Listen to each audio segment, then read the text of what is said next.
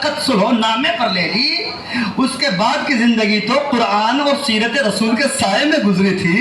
کہہ سکتا تھا نا مورخ، مگر یاد رکھنا دشمن اہل بیت جہاں آنکھوں کا اندھا ہوتا ہے نا، وہاں قلب کا بھی اندھا ہو جاتا ہے۔ اس نے صلح نامے کو رول کر مورخ کے قلم کے اوپر فل سٹاپ لگایا، خبردار اب نہ لکھنا، زمانہ جان گیا ہے، نہ اس سے پہلے عمل کیا تھا نہ اس سے بعد عمل ہوگا۔ مگر جو اس کا ظاہر دیکھ رہے تھے، جو اس کا ظاہر دیکھ رہے تھے، جن کے ظاہر پر نگاہ تھی، وہ سمجھ رہے تھے حسن بڑے ناتجربے کار ثابت ہوئے۔ سنیے گا جملے، حسن بڑے ناتجربے کار ثابت ہوئے۔ حاکم شام نے حسن سے حکومت کو لے لیا۔ حسن سے حکومت، میرے بزرگ وہیں سے تائید کر دیں بس مجھے، حسن بڑے ناتجربے کار ثابت ہوئے، بڑی آسانی سے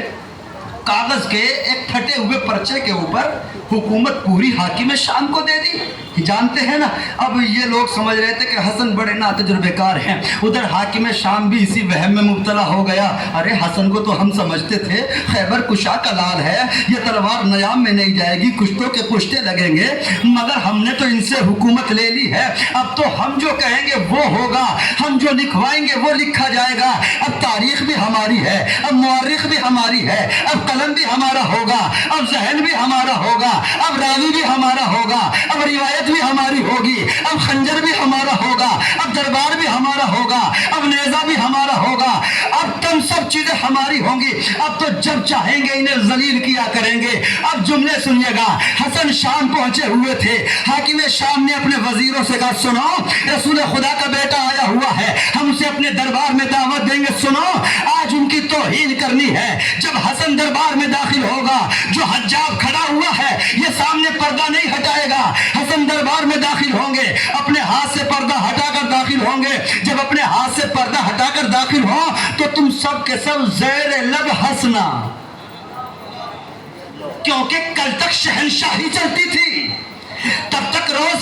کل تک سب لوگ فرزند رسول کہہ کر ان کا احترام کیا کرتے تھے، آج جب دربار میں آئیں گے تو ان کا کوئی احترام کے لیے کھڑا نہیں ہوگا۔ آج انہیں پتا چلنا چاہیے کہ کتنی بڑی غلطی کی ہے پرچہ لکھ کر۔ اب سنیے گا جملے، تاریخ کی سچائی ہے، کبھی اس انداز میں بھی سن لیا کرو۔ اب روایت یہ کہتی ہے حاکم شام نے اپنے درباریوں سے کہہ دیا اور 7 خطیب تیار کیے گئے۔ جب حسن دربار میں آئے، حسن نے کیا لکھا تھا، میرے بابا کو برا نہ کہا جائے، تم 7 کے ساتھ کھڑے ہونا، پہلے ایک، پھر دوسرا، پھر تیسرا، پھر چوتھا، پھر 5واں، پھر 6واں، پھر 7واں، سب کھڑے ہو کر اپنے اجداد کی فضائل پڑھنا، علی کے اوپر تبرہ کرنا، علی پر سب و شتم کرنا۔ آج ہم حسن کو بتانا چاہتے ہیں کہ حسن تخت ہمارے پاس ہے، خنجر ہمارے پاس ہے، سپاہی ہمارے پاس ہے، تلواریں ہمارے پاس ہے، اب تم محتاج ہو۔ جانتے ہوا کیا، یہ تو حجت خدا تھی نا۔ اب تاریخ کہتی ہے کہ پورے دربار میں پلاننگ کر لی گئی، ادھر سے حسن چلا۔